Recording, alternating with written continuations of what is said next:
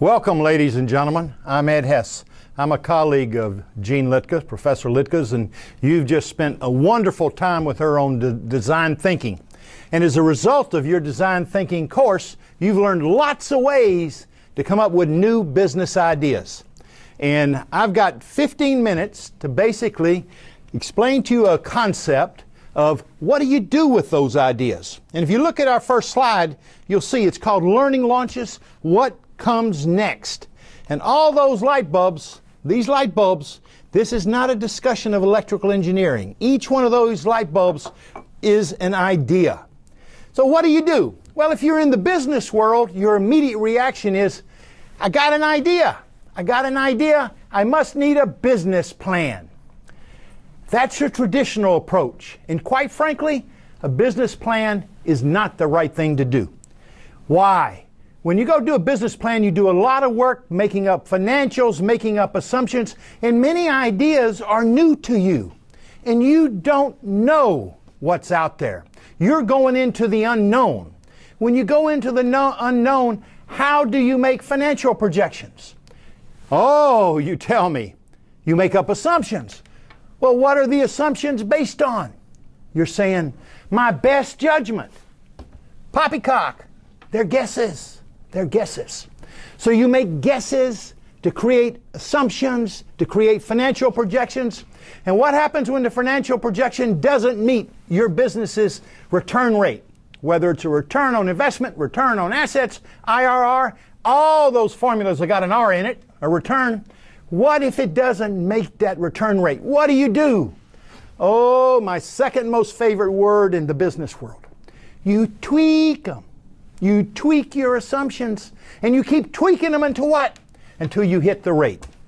I think that process is a waste of time. It's complete idiocy. There's a better way. Now, those of you not in the business world, what do you think that better way is? Oh, let's see. Flip a coin. No, that's not a good way either.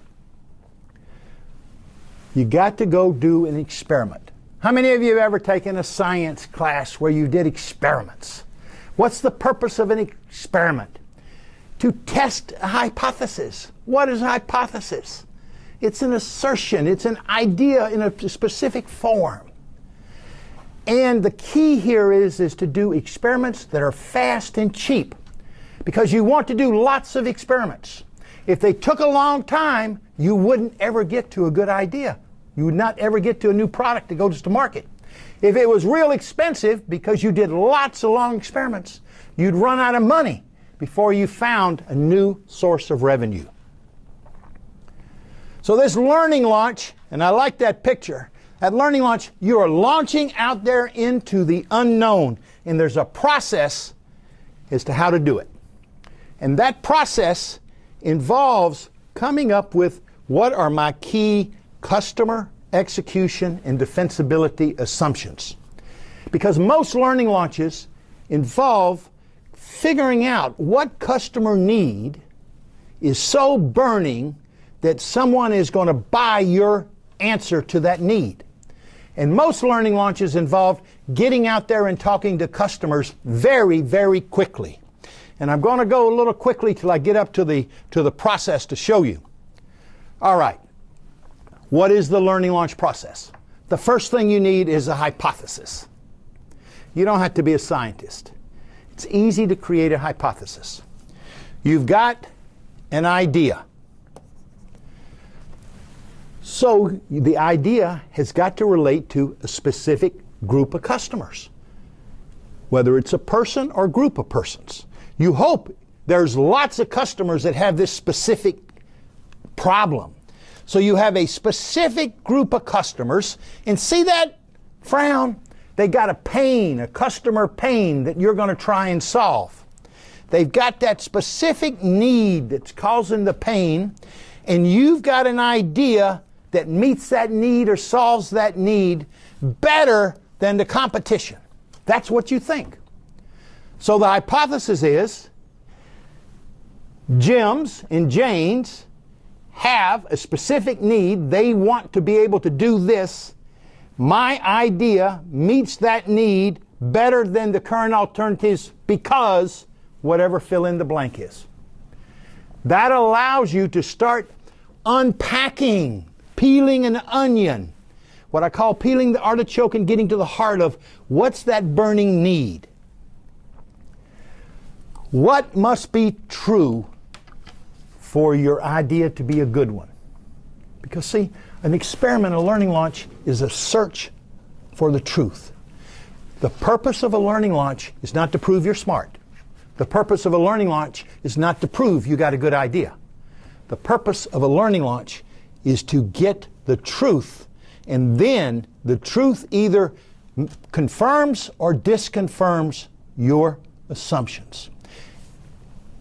See, the truth is so important because in most cases, the truth saves you money, saves you time. Because in most cases, you can adapt or amend your idea so that you can solve the truth. So what must be true? And I call those must be truths, or there's assumptions. What must be true for me to have this urgent need to solve this problem? Then I've got to go get data. Data. I'm looking for data. I'm not looking for opinions. I'm not looking for someone's unfounded guess. And the problem is, you got an idea. And you know who thinks that's a great idea? You. You are a problem. You are a risk to be managed. Because you have what we call confirmation bias. You will subconsciously look for data that confirms your idea. And we'll talk about how you solve that problem in a minute. I'm older than most of you out there. Back when I was growing up, there was a TV program, a detective called Dragnet. Sergeant Friday was the lead detective. And he'd go out and he'd investigate searching for the facts. And he would say, "Just the facts, sir. Just the facts, ma'am. Just give me the facts. That's what you're looking for." Corning Glass, a very, very innovative company, calls this search the search for the big lie. What's out there that could surprise us? We want to find that disconfirming fact. Confirming facts are facts which basically give you some confidence that the idea is worth continuing with. Disconfirming facts are facts which says the idea is not that good. Now, how do you look for disconfirming facts? How do you think? Take a second. Yeah, I hear you thinking. I hear your brain's working. You think about, okay, why will the idea, under what circumstances will the idea be a bad idea? Under what circumstances will the idea, the product, the service not sell? Why will someone not buy? And you make a list of disconfirming facts.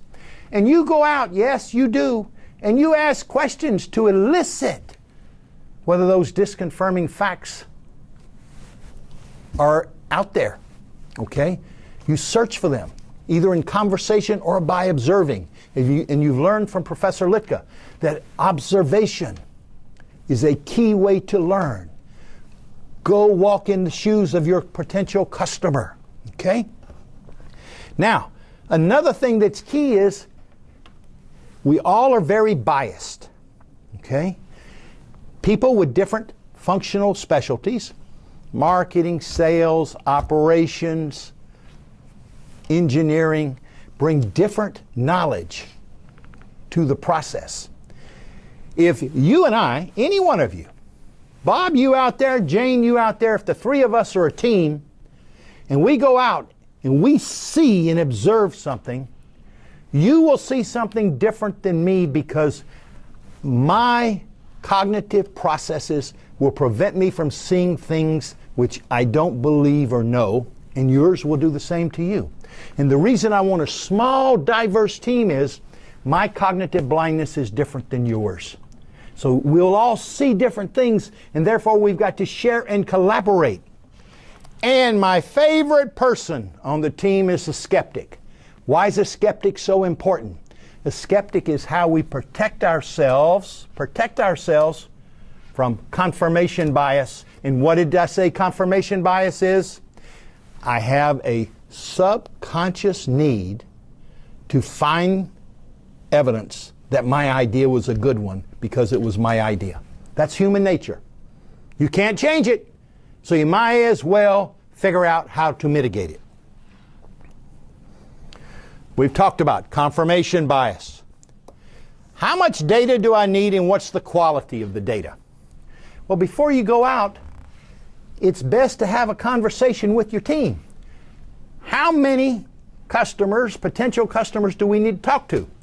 I've worked on learning launches with big companies where basically they deemed the learning launch a success when they got one person to say what they wanted to hear. Blew my mind. And as you can imagine, I sent them back out in the field. I learned my lesson. This was years ago. You set a minimum number, a percentage of the people you talk to, because you need a big enough sample of data and you need the right quality of data. If you ask someone, Bob, do you think Jane has this problem? That's not good data. What should you do? Jane, what is your key problem? You don't ask Jane if she has that problem. What is your key problem? Do you have a problem with your computer? Do you have a problem with your toaster? Do you have a problem with your car? And you begin a conversation. Groupthink. That's why you have diverse teams, so you don't have groupthink. If the assumptions, you go out and you do your learning launch and you gather facts, if they're more likely to be true, notice I said that more likely, because you don't have enough data to know whether it's true or not. In fact, you'll never know whether it's true. If it's more, notice I didn't say highly, more likely to be true, you'll move on to the second phase of a learning launch. If they're not likely to be true, you have two choices. Okay? You come to that fork of the road and you take it. Very famous academic said that, Yogi Berra. All right? I'm making a joke. He's a catcher, was a catcher for the New York Yankees. You pivot, which means you change your idea, you amend it and keep going, or you put the idea in a trash can. Well, it's not a real trash can, it's a make-believe because you put it on the shelf, because years later it may be valuable. Corning found that out with the glass that they made called Gorilla Glass. It was invented years ago. It made it big when Apple wanted it. It was on the shelf for years. Isn't that a beautiful picture? Yep. Kyle, my cameraman, sees himself on that beach right now. All ideas are not good. A learning launch is not a failure so long as you learn something. Okay? Ideas are like sand on the beach, plentiful. Don't get wed to an idea. You are not the idea. There will always be more ideas. It takes a lot of ideas to produce a few good growth initiatives to result in one big needle mover. I learned the word needle mover from a CEO I worked with. He kept telling me, Ed, I need needle movers. And he'd move his arm like that. Needle movers. That's a needle mover. Innovation is a probability game. Best practices. Use entrepreneurial learn as you go processes. Make failure cheap and personally cheap. If a learning launch doesn't work, so long as you're learning, it's not a failure, it's not a mistake. It should not hurt your career and you shouldn't feel bad. You have learned something, keep going. Create small diverse teams to do the experiments. Mitigate confirmation bias. Fret over the quantity and quality of data. Love that word, fret. Permission to speak freely. All members of the team can speak up. Best innovation practices. Constantly ask, what do I know? What do I not know? What do we need to know, and how do we learn it? And as you go through your business life or your life in any organization, as you go through life in general, the most important question you can ask yourself is, what do I not know? Because then you can figure out what you need to learn to accomplish your objective. Here's the process. Put your idea into a hypothesis. Figure out your key assumptions. Customer, execution. This is customer. Execution, defensibility, And I didn't talk about scalability because I always do that at the last of the test. Prioritize your key assumptions. Design the test like we talked about. Do the test. Confirming data, you continue development. Disconfirming, you pivot or you put it on the shelf. Each key assumption, you figure out who's the responsible person, who's on the team. How are you going to go figure out that fact, whether it exists or not? How long is it going to take and what it's going to cost? Most learning launches can be done quickly and cheaply. That, in a nutshell, ladies and gentlemen, in the 15 minutes I've been given, is an introduction to what do I do with this idea? I test it. I test it. Go do lots of tests. Life is a test. Innovation comes from test. Go do, test, and learn. Thank you very much.